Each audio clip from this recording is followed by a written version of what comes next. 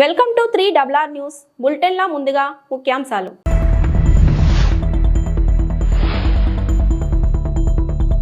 కేరళకు AP deputy CM Pawan Kalyan పర్యటన.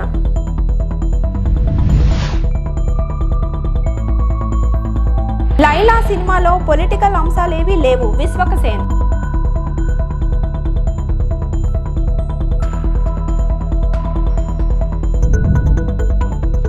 రాజకీయాలకు నో ఛాన్స్ అన్న చిరంజీవి.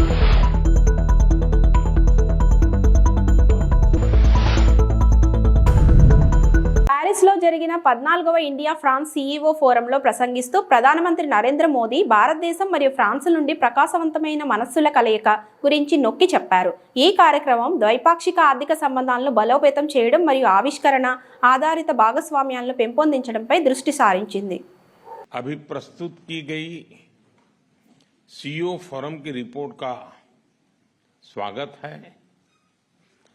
मैं देख रहा हूं कि आप सब इनोवेट, कोलैबोरेट और एलिवेट उस मंत्र को लेकर के चल रहे हैं। आप सिर्फ बोर्डरूम कनेक्शंस नहीं बना रहे हैं, आप सब भारत फ्रांस स्ट्रेटेजिक पार्टनरशिप को भी मजबूती दे रहे हैं। साथियों, मेरे मित्र राष्ट्रपति मैक्रोन के साथ इस फोरम से जुड़ना मेरे लिए प्रसन्नता का विषय है। पिछले 2 वर्षों में यह हमारी 6ठी मुलाकात है। पिछले वर्ष राष्ट्रपति मैक्रोन हमारे गणतंत्र दिवस के मुख्य अतिथि थे। आज सुबह हमने साथ में AI एक्शन समिट को चेयर की। मैं राष्ट्रपति मैक्रोन को इस सफल समिट के लिए हार्दिक बधाई देता हूं। साथियों, भारत और फ्रांस केवल लोकतांत्रिक मूल्यों से ही नहीं जुड़े हैं। हमारी दोस्ती की नींव डीप ट्रस्ट, इनोवेशन और जन कल्याण की भावना पर आधारित है। हमारी साझेदारी केवल दोनों देशों तक ही सीमित नहीं है। हम वैश्विक समस्याओं और चुनौतियों के समाधान में मिलकर सहयोग दे रहे हैं। मेरी पिछली यात्रा के दौरान हमने अपने साझेदारी के लिए 24 ఈ జన్మంతా రాజకీయాలకు దూరంగా ఉంటానని మెగాస్టార్ చిరంజీవి ప్రకటించారు. Brahmanandam movie pre release event లో ఆయన మాట్లాడుతూ తన లైఫ్ లో పాలిటిక్స్ కు చోటు లేదన్నారు. రాజకీయాల్లో తన లక్ష్యాలను చేరుకునేందుకు పవన్ కళ్యాణ్ శ్రమిస్తున్నట్లు తెలిపారు. అంటే ఈ జన్మంతా ఇంకా రాజకీయాలకు దూరంగా ఉంటూ సినిమాలకి అతి దగ్గరగా ఉంటూ హక్కును చేర్చుకుంటూ ఆ కళాన్ని తలుతూ ఉంటారు. అది అంటే చాలామందికి డౌట్లు వస్తున్నాయి, ఏంటి కొంచెం అటు వెళ్తాడా ఏంటి, వాళ్ళకి పెద్ద పెద్ద వాళ్ళందరికీ దగ్గర అవుతున్నాడు, వాళ్ళందరూ దగ్గర చేసుకుని ప్రయత్నం చేస్తున్నారంటే కాదు, మరో రకంగా సేవలు అందివ్వడం కోసంగా చేయడమే తప్ప అంతకు మించి పొలిటికల్గా వెళ్ళటం అనేది లేదు. ఆ డౌట్ పెట్టుకోవద్దు my dear friends, media friends. లేదు, పొలిటికల్గా వద్దు. పొలిటికల్గా ముందుకు వెళ్ళటానికి నేను అనుకున్న లక్ష్యాల్ని, నేను అనుకున్న సేవాభావాల్ని, ఆ సేవల్ని చేయడం కోసంగా పవన్ కళ్యాణ్ ఉన్నాడు, ముందుకు వెళ్తున్నాడు. ఇవాల్టి నుంచి సనాతన ధర్మయాత్ర చేపట్టిన AP deputy CM Pawan Kalyan కాసేపటి క్రితం కొచ్చికి చేరుకున్నారు. కొచ్చి సమీపంలోని శ్రీ అగస్త్యముని మహర్షి ఆలయాన్ని ఆయన దర్శించుకున్నారు. కేరళలో పర్యటిస్తున్న AP deputy CM Pawan Kalyan Allu Arjun అరెస్టుపై స్పందించారు. తిరుమల శ్రీవారి లడ్డు కల్తీపై కూడా ఆయన సమాధానమిచ్చారు.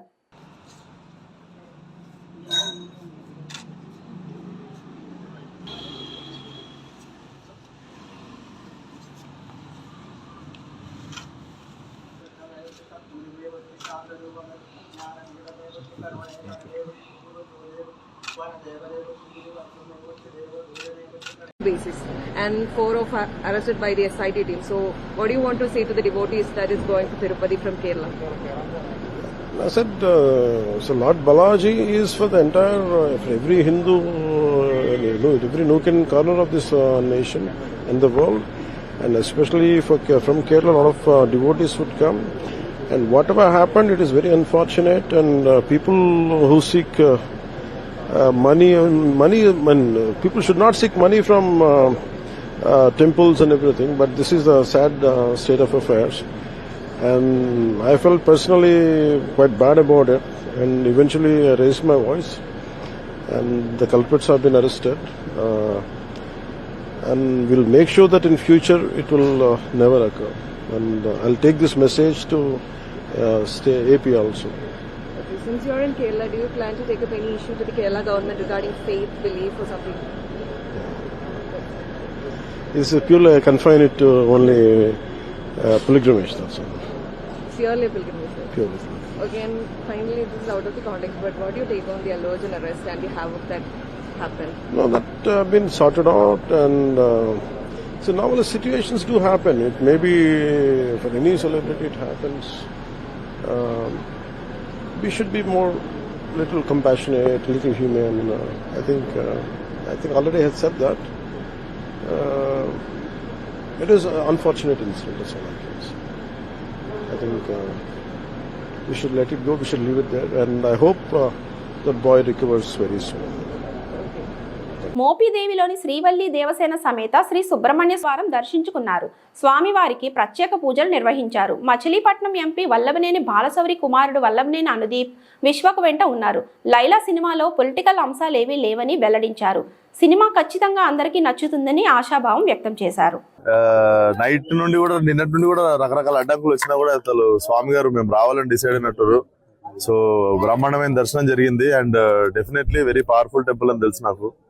సో రిలీజ్ కూడా మాకు ఏమి కొంచెం అడ్డంకులు అటు ఇటు అయినా కూడా I think god is with us. మేము కష్టపడ్డ వాళ్ళకి ఏం జరగాలో అదే జరుగుతుంది అనుకుంటున్నాం. మేము హానెస్ట్గా సినిమా తీసినాము. సో బయట ఏ ఇష్యూ జరిగినా I don't think so anything will stop the film. So cinema గెలుస్తుంది ఆబ్వియస్లీ, అండ్ తప్పు ఎవరిది లేదు కాబట్టి definitely truth will win. And ఇక్కడికి వచ్చినందుకు Anudeep thank you so much. Is very dear friend of mine. చాలా చాలా బాగా చూసుకున్నాం వచ్చి వెళ్తున్నప్పుడు దాకా. So nothing political, definitely very close friend of mine. So ఇంకా తిరిగి హైదరాబాద్ వెళ్తున్నాం. రేపు ఎల్లుండి కూడా కొన్ని ప్రమోషన్స్ తీసుకొని 14th రోజు గ్రాండ్ రిలీజ్ అవుతుంది సినిమా. అదే సినిమాలో కనిపించేది గంటం పావు అమ్మాయి గెటప్. అది చెప్పినాం కదా నిన్న, దానికి ప్రెస్ మీట్ పెట్టి ఆల్రెడీ ఇచ్చాం కదా. లేదు అసలు లేదు, అది నిన్న క్లియర్ గా నేను మెన్షన్ చేశాను. అవును, నిన్న స్పందించిన సార్ దానికి. డెఫినెట్లీ అది మా బాధ్యత కాదు. ఎవరు మాట్లాడినా కూడా సినిమాలో 1000 మంది పనిచేస్తారు. పలానోళ్ళు వాళ్ళ పదజాలన అనేది మా రెస్పాన్సిబిలిటీ కాదు. అండ్ డెఫినెట్లీ జనాలు కూడా అది అర్థం చేసుకుంటారు. ప్రజలకు ఇచ్చిన మాటను గాలికి వదిలేసిన చంద్రబాబు ప్రభుత్వానికి రాబోయే రోజుల్లో దారుణమైన పరిస్థితులు తప్పవని వైఎస్ఆర్సీపీ అధినేత మాజీ ముఖ్యమంత్రి వైఎస్ జగన్మోహన్ రెడ్డి అన్నారు. బుధవారం ఉమ్మడి గుంటూరు జిల్లా వైఎస్ఆర్సీపీ నేతలతో జరిగిన భేటీలో ఆయన ఆసక్తికర వ్యాఖ్యలు చేశారు. 2014-19 మధ్య జగన్ 1.0 ప్రభుత్వం నడిచింది. ఆ టైంలో చరిత్రలో ఎప్పుడూ చూడని విధంగా పాలన నడిచింది. లంచాలకు తావు లేకుండా 2.71 లక్షల కోట్ల డీబీటీ చేశాం. కోవిడ్ వల్ల ఆదాయం తగ్గినా హామీలు అమలు చేశాం. ప్రజల జీవితాల్లో వెలుగులు నింపాం. కని విని ఎనగని రీతిలో అభివృద్ధి చేశాం. మనం చేసిన అభివృద్ధి ప్రజల కళ్ళ ముందు ఇంకా ఉంది. ఇంతకు ముందు ఎప్పుడైనా ఇది సాధ్యమేనా అని అనుకునే పరిస్థితి నుంచి కాదు, లేదు, ఇది సాధ్యం అవుతుంది అని చెప్పి చరిత్ర మార్చిన పాలన చూపించగలిగిన పాలన ఎక్కడైనా జరిగింది అని అంటే అది వైఎస్ఆర్ కాంగ్రెస్ పార్టీ పాలనలోనే మాత్రమే జరిగిందని చెప్తాను. ఈరోజు పరిస్థితి ఏమిటి అని చెప్పి ఒక్కసారి చూస్తే నేను చెప్పిన ప్రతి అంశంలో కూడా ఒకవైపున సూపర్ 6 గాలికి ఎగిరిపోయింది, సూపర్ 7 గాలికి ఎగిరిపోయింది, ఎన్నికలప్పుడు చెప్పిన మేనిఫెస్టో చెత్తబుట్టలోకి వెళ్ళిపోయింది, ప్రజలకిచ్చిన మాటలు మోసాలుగా తేలిపోయాయి. మరోవైపున వ్యవస్థలన్నీ కూడా, ఇప్పుడు నేను చెప్పిన వ్యవస్థలన్నీ కూడా, విద్య, వైద్యం, వ్యవసాయం, గవర్నెన్స్, అన్ని వ్యవస్థలు కూడా తిరోగమనంలో కనిపిస్తూ ఉన్నాయి. కేవలం ఒకే ఒక వ్యక్తి మారాడు ముఖ్యమంత్రి, ఒకే ఒక పార్టీ మారింది, వైఎస్ఆర్సీపీ పక్కకు పోయి టీడీపీ వచ్చింది. తేడా అంతే. ప్రతి వ్యవస్థ తిరోగమనం, ప్రజలకు అంతవరకు అందుతూ ఉన్న ప్రతి పథకం రద్దు, వీళ్ళు చేస్తామన్న ప్రతి పథకము మోసం, అబద్ధం. కేవలం 9 నెలల కాలంలోనే ఇవన్నీ మన కళ్ళ ఎదుటే ఇవాళ కనిపిస్తూ ఉన్న పరిస్థితులు. నేను అందుకనే చెప్తా ఉన్నా, ఈరోజు ఓడిపోయినా కూడా చెప్తా ఉన్నా, మనకి ఇంతకుముందు 50% ఓట్ షేర్ వచ్చింది. ఈ ఎన్నికలు అయిపోయేసరికి మన ఓట్ షేర్ 40%. ఒక 10% ఓట్ షేర్ మనకు రావాల్సింది రాకుండా పోయింది.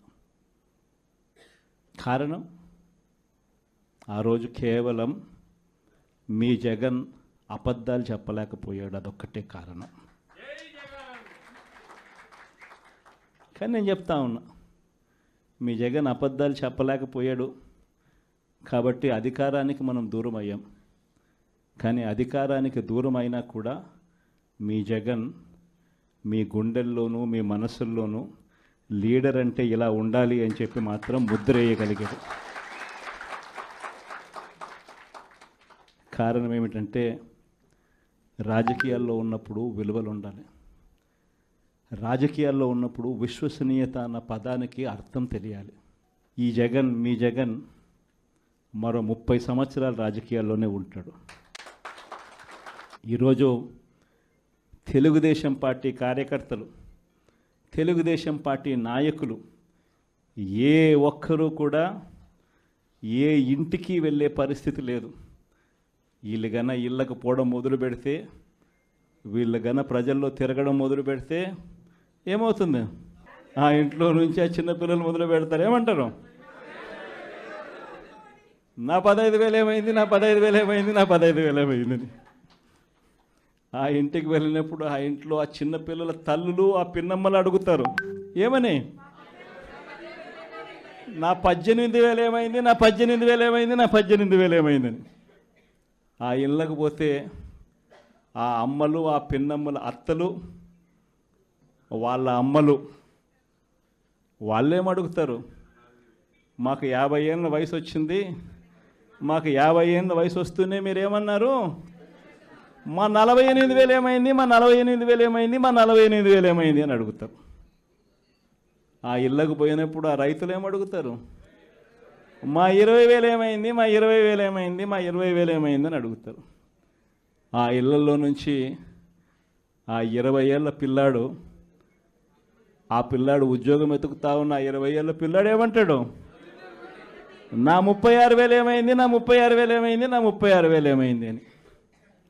ఇలా చంద్రబాబు నాయుడు గారిని, ఆయన కూటమిని, ఆయన నాయకులను, ఆయన కార్యకర్తలను ఏ ఒక్కరూ కూడా ఇళ్ళకు వెళ్ళి, గ్రామాలకు వెళ్ళి, ఇళ్ళకు వెళ్ళి ఎవరిని కూడా వీళ్ళు కనీసం పలకరించే పరిస్థితి కూడా లేదు. పలకరిస్తే వీళ్ళే అన్నారు, మేము సూపర్ 6 ఇవ్వలేకపోతే, సూపర్ 7 ఇవ్వలేకపోతే ఏమన్నారు? కాలర్ పట్టుకోమని మీరే అడిగారు కదయ్యా, మీరే చెప్పారు కదయ్యా. చెప్పడమే కాకుండా బాండ్లు కూడా ఇచ్చారు. ఇదిగో బాండు, రాసుకో బాండు, ఇదిగో మీ దగ్గర పెట్టుకోండి అని బాండ్లు కూడా ఇచ్చినారు. బాబు షూరిటీ, భవిష్యత్ గ్యారంటీ అని కూడా బాండ్ ఇచ్చినారు. మరి ఈరోజు ఏంది? బాబు షూరిటీ, మోసం గ్యారంటీ అని చెప్పి రుజువైంది అని ఈరోజు కాలర్ పట్టుకునే పరిస్థితిలోకి ప్రజలు ఇప్పుడే ప్రశ్నించడం మొదలుపెట్టారు. మహిళని కొట్టి బెదిరించి డబ్బు కొట్టేసిన జనసేన నేత కిరణ్ రాయల్ను జనసేన వెనకేసుకొస్తోందని సినీ నటి వైసీపీ అధికార ప్రతినిధి శ్యామల విమర్శించారు. ఆమె మాట్లాడుతూ మహిళను మోసం చేసిన కిరణ్ రాయల్పై చర్యలు తీసుకోకుండా పార్టీ కార్యకలాపాలకు దూరంగా ఉంచుతున్నామని నోట్ మాత్రం విడుదల చేశారని ఫైర్ అయ్యారు. వైసీపీ ప్రభుత్వం తీసుకొచ్చిన దిశ యాప్ను నిర్వీర్యం చేశారని అన్నారు. కూటమి ప్రభుత్వం వల్ల ఆంధ్ర రాష్ట్రానికి జరిగిన మంచి ఏదన్నా ఉందయ్యా అంటే ఏమీ లేదు. పైగా ఈ ప్రభుత్వం అధికారంలోకి వచ్చిన దగ్గర నుంచి మహిళలకి భయం తప్ప ఎక్కడా భరోసా అనేది దొరకట్లేదు. గత ఈ 8 నెలల్లో పంట పండించే రైతుకి భరోసా లేదు, ఇంట్లో ఉండే పిల్లలకి భరోసా లేదు, హాస్టల్లో ఉండి చదువుకునే పిల్లలకి భరోసా అసలే లేదు, నిరుద్యోగులకు భరోసా లేదు, మహిళలకు భరోసా మాన ప్రాణాలకి అసలు ఎక్కడా దొరకట్లేదు. గత 5 ఏళ్లలో అన్నా అని పిలిస్తే ఆదుకునే ఆపన్న హస్తాన్ని అందించే స్థితిలో ఉండే ఈ రాష్ట్రం ఈ రోజున అన్నా అన్యాయం జరిగిందన్నా కాపాడండి అన్నా అని నోరెత్తి గొంతెత్తి గగ్గోలు పెడుతున్నా కూడా ఆదుకోవడం అటు ఉంచితే అరెస్టులు చేయించే స్థితిలోకి వెళ్లిపోయింది. మొన్న తిరుపతిలో లక్ష్మి అనే ఆవిడ, మనందరికీ తెలుసు, జనసేన తిరుపతి ఇన్ఛార్జ్ అని చెప్పే కిరణ్ రాయల్ గారి వల్ల నాకు అన్యాయం జరిగింది, నాకు నయవంచన జరిగింది, నన్ను అతను వేధిస్తున్నాడు, నన్ను ఆదుకోండి అన్నా చంద్రబాబు నాయుడు గారు, పవన్ కళ్యాణ్ గారు అని అరిస్తే బయటకొచ్చి గొంతెత్తి అడిగితే కూటమి రాజకీయంతో పాటు పోలీసు వ్యవస్థ కూడా కలిసిపోయి ఆమెని జైలుకి పంపించే వరకు ఎవరూ నిద్రపోలేదు. ఆ లక్ష్మి అనే ఆవిడ ఏ రాజకీయ పార్టీకి సంబంధించిన ఆవిడ కాదు. వివాదాలకు దూరంగా ఉంటూ భర్తను పోగొట్టుకుని పిల్లలతో జీవిస్తున్నటువంటి సగటు మహిళ.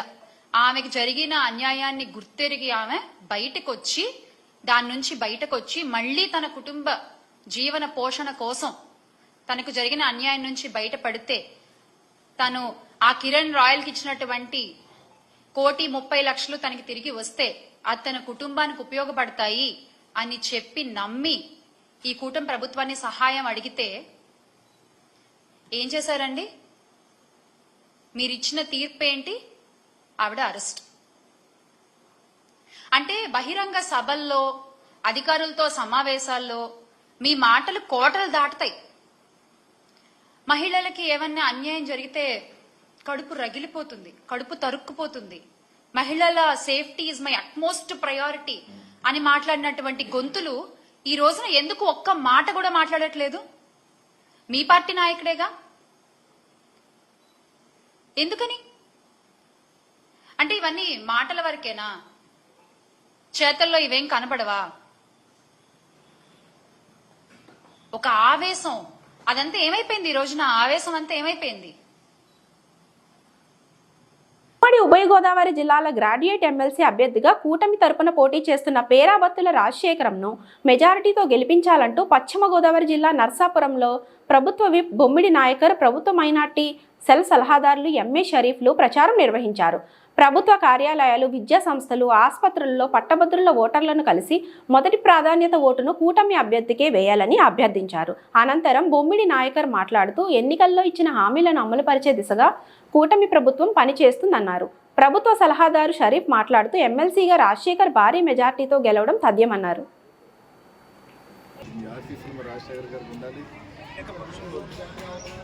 ఎన్డీఏ ప్రభుత్వంలో ఎన్డీఏ పార్టీ నుంచే పోటీ ఉంది. ఒకటి రాజశేఖర్ వేసుకుంటున్నామా?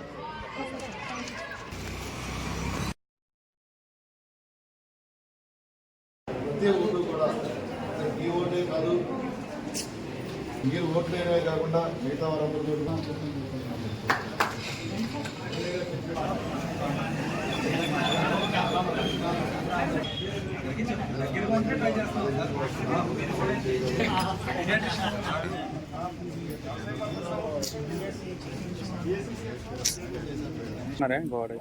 పవన్ కళ్యాణ్ గారు చంద్రబాబు నాయుడు గారు సపోర్ట్ చేశారు. బ్లాక్ కలర్ మరి మీరు కూడా మొట్టమొదటి ఎలక్షన్ కాబట్టి చాలా మంచి వ్యక్తి అమ్మ. మనకి సంవత్సరంలో మనకు చోటు చంద్రబాబు నాయుడు గారు వచ్చిన ఎలా ఉంది గవర్నమెంట్ మీకు అర్థం అవుతుంది. మీరు అందరూ కూడా తప్పలేదు దీనికి వేయాలి ఓటు. దీనికి మరి ఈ రోజున మరి పెద్దలు గౌరవనీయులు షరీఫ్ గారు, అదేవిధంగా మేము ఈ కూటమి నాయకులు కూడా Telugu Desam party, Janasena party, BJP party నాయకులందరూ కూడా మరి నరసాపురం పట్టణంలో మరి ఏదైతే ఈ గ్రాడ్యుయేషన్ సంబంధించినటువంటి మరి 2 జిల్లాల నుంచి కూడా, అటు తూర్పుగోదావరి జిల్లా, ఇటు పశ్చిమ గోదావరి జిల్లాల నుంచి కూడా ఎలక్షన్ ఉంది. దాని కూటమి అభ్యర్థిగా పేరాబత్తుల రాజశేఖర్ గారిని నియమించడం జరిగింది. మరి ఆయన యొక్క ఓటుని అభ్యర్థించడం కోసం మేమందరూ కూడా ఇవాళ ఏదైతే స్కూల్స్ ఉన్నాయో స్కూల్స్ కానీ, గవర్నమెంట్ హాస్పిటల్స్ కానీ, మరి ఇక్కడ ఓటర్లు కూడా ఓటు అడిగే దానికి మేమందరూ కూడా ఈ రోజున ముందుకు రావడం జరిగింది. అదేవిధంగా ఏదైతే ఈ గ్రాడ్యుయేషన్ ఓటర్లు ఉన్నారో మిమ్మల్ని అందరినీ కూడా కోరుకునేది ఒకటే, మీ మొదటి ప్రాధాన్యత ఓటు ఏదైతే ఉందో మరి మీ ఓటు హక్కుని మరి పేరాబత్తుల రాజశేఖర్ గారికి ఓటేసి మీరు అందరూ కూడా గెలిపిస్తారని చెప్పి నేను మనస్ఫూర్తిగా మిమ్మల్ని అందరినీ కూడా కోరుకోవడం జరిగింది. మరి ఏదైతే 2024 ఎలక్షన్స్లో మరి ఆంధ్ర రాష్ట్రానికి, ఆంధ్ర రాష్ట్ర ప్రజలందరూ కూడా మరి ఎన్డీఏ కూటమికి అవకాశం ఇవ్వడం జరిగింది. మరి ఈ రాష్ట్రాన్ని అభివృద్ధి పథంలో ముందుకు తీసుకెళ్లే విధంగా గౌరవ ముఖ్యమంత్రి గారు చంద్రబాబు నాయుడు గారు, గౌరవ ఉప ముఖ్యమంత్రి పవన్ కళ్యాణ్ గారు వీరి నాయకత్వంలో మరి మేమందరూ కూడా ముందుకు రావడం జరిగింది. మరి రాష్ట్రం ఏదైతే మేము హామీ ఇచ్చామో మరి ఆ రోజున ఎలక్షన్స్లో మేము ప్రక్రియలో ఏదైతే హామీ ఇచ్చామో ఒక్కొక్కటిగా ప్రతి హామీని నెరవేర్చే విధంగానే మరి మా ప్రయాణం ముందుకెళ్తుంది. దయచేసి ఆ ఓటర్లు ఎవరైతే ఉన్నారో మీరందరూ కూడా మీ యొక్క మొదటి ప్రాధాన్యత ఓటుని మరి రాజశేఖర్ గారికి వేసి గెలిపిస్తారని చెప్పి మరి నరసాపురం నియోజక ప్రజలందరికీ కూడా మరి మేము కోరుకోవడం జరిగింది. మీ అందరూ కూడా మీ అందరి ఆశీస్సులు కూడా ఈ కూటమికి ఉంటుందని చెప్పి సందర్భంగా తెలియజేస్తున్నాం. పేరాబత్తుల రాజశేఖర్ గారి గెలుపు కోసం ఎన్డీఏ కూటమితో కలిసి తిరుగుతున్నాం. ఎక్కడికి వెళ్ళినా మంచి స్పందన కనబడుతుంది, సానుకూలత కనబడుతుంది, తప్పనిసరిగా సహకరించే వాతావరణం కనబడుతుంది. ఎందుకంటే మొన్న 2024 ఎన్నికలు జరిగి 8 ప్రభుత్వం కూడా బాగా పరిపాలన చేస్తుంది. కేంద్ర ప్రభుత్వ సహకారంతో రాష్ట్ర ప్రభుత్వం ముందుకు పోతుంది, అభివృద్ధి బాగా జరుగుతుంది. సాధ్యమైనంత వరకు ఈ రాష్ట్రాన్ని గాడిలో పెట్టడానికి బాగా ప్రయత్నం చేస్తున్నారని జనాల్లో మంచి అభిప్రాయం ఉంది ఒకవైపు. రెండోది, ఈ ఉభయ గోదావరి జిల్లాల ఎమ్మెల్సీ, పట్టభద్రుల ఎమ్మెల్సీ పోటీల్లో ఈనాడు ఎన్డీఏ పార్టీ ఒకటే ఈనాడు పోటీలో ఉంది, ప్రతిపక్షం పోటీలో లేదు, ఎక్కడ కూడా కనబడని పరిస్థితి. మరి ఉన్న వాళ్ళు చిన్న చితకగా ఉన్నారు, వాళ్ళు పెద్దగా పోటీ ఇచ్చే పరిస్థితులు లేరు. ఈ ఎన్నికలు ఏకపక్షంగా ఉంటాయి. రేపు జరగబోయే ఎన్నికల్లో మరి నరసాపురంలో మంచి మెజారిటీతో అంటే 100కి 90 ఓట్లు పైబడి తెలుగుదేశం అభ్యర్థికి పడే అవకాశాలు, సూచనలు బాగా కనబడుతున్నాయి. మరి మొత్తంగా రాజశేఖర రెడ్డి విజయం సునాయాసం. చిత్తూరు జిల్లా కొయ్యలగూడెంలో చూపరలను కంటతడి పెట్టించిన హృదయ విదారక ఘటన జరిగింది. మానవత్వం మరిచిన కన్న కొడుకు వృద్ధురాలిన తల్లిని ఇంటిలోనికి రాకుండా గేటుకు తాళాలు వేసి నిర్దాక్షిణ్యంగా వీధిలో వదిలేయడంతో తల్లి నెర్సు వెంకటరత్నం 2 రోజులుగా చీకట్లో ఆరుబయట కాలం గడుపుతున్న ఘటన స్థానికులను కలిచివేసింది. కొయ్యలగూడెంకి చెందిన నెరుసు రామారావు 2 ఏళ్ల క్రితం మరణించగా ఆయనకు చెందిన 2 ఇళ్లను పెద్ద కొడుకు గెరటయ్య, రెండవ కొడుకు శ్రీను చెరక ఇల్లు తీసుకున్నారు. అనంతరం శ్రీను మరణించగా అతని భార్య ఒక ఇంట్లో ఉంటోంది. తల్లి వెంకటరత్నంని కొడుకులు పట్టించుకోలేకపోవడంతో కొంతకాలం కుమార్తె సత్యవతి వద్ద ఉండి 2 రోజుల క్రితం కొడుకు వద్దకు వచ్చింది. అయితే వెంకటరత్నంను చూడగానే కొడుకు, కోడలు ఇంటి గేటుకు తాళం వేసి ఆమెను ఇంట్లోకి రానివ్వకపోవడంతో ఇంటి ముందే వీధిలో మంచం వేసుకుని అక్కడే తల్లి ఉంటోంది. వీధిలో మంచం మీద పడి ఉన్న తల్లిని పట్టించుకోకుండా కొడుకు, కోడలు నిర్దాక్షిణ్యంగా వదిలివేయడంతో 70 ఏళ్ల వయసులో తనను ఎవరు చూస్తారని, తనకు న్యాయం చేయాలని వృద్ధురాలు వేడుకుంటుంది.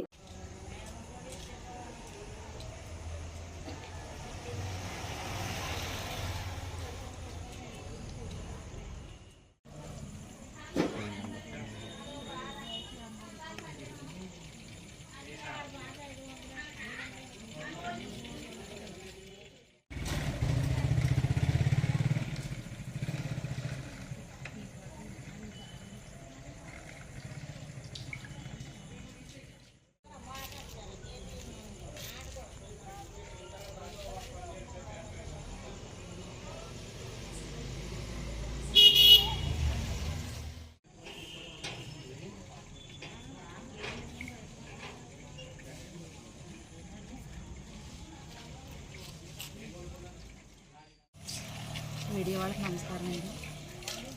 మా అమ్మగారు నెర్సు వెంకటరత్నం అండి, రుద్రాలు. 2 అన్నయ్యలండి, నేను ఒక్కదాన్ని కూతురిని. అయితే దాదాపు చిన్న అన్నయ్య చనిపోయిన కాడి నుంచి ఆ అమ్మని నేను చూసుకుంటున్నానండి. అక్కడ అమ్మన్న ప్రాంతం పరిస్థితి బాగాలేదంటే పాములు విపరీతంగా వస్తున్నాయండి, కన్నాలు అయ్యని. ఆవిడన్న ఇల్లు బాగోక రాత్రి ఇక్కడ తీసుకొచ్చానండి అన్నయ్య వాళ్ళ ఇంటి దగ్గరికి. వాళ్ళ గేటు గెడబెట్టేసుకోండి, లోనకు రానివ్వలేదండి. మేమైతే తెల్లవారులు మంచులోను పొద్దున్న నుంచి కూడా బయటే ఉన్నామండి. మా పరిస్థితి, మా అమ్మ పరిస్థితి ఇలాగ ఉందండి. మెరిసి వెంకటరత్నం. నేను సాయంత్రం 5:30 వచ్చాను. నిన్న పొద్దుగుతా సాయంత్రం వచ్చాము 5ంటికి.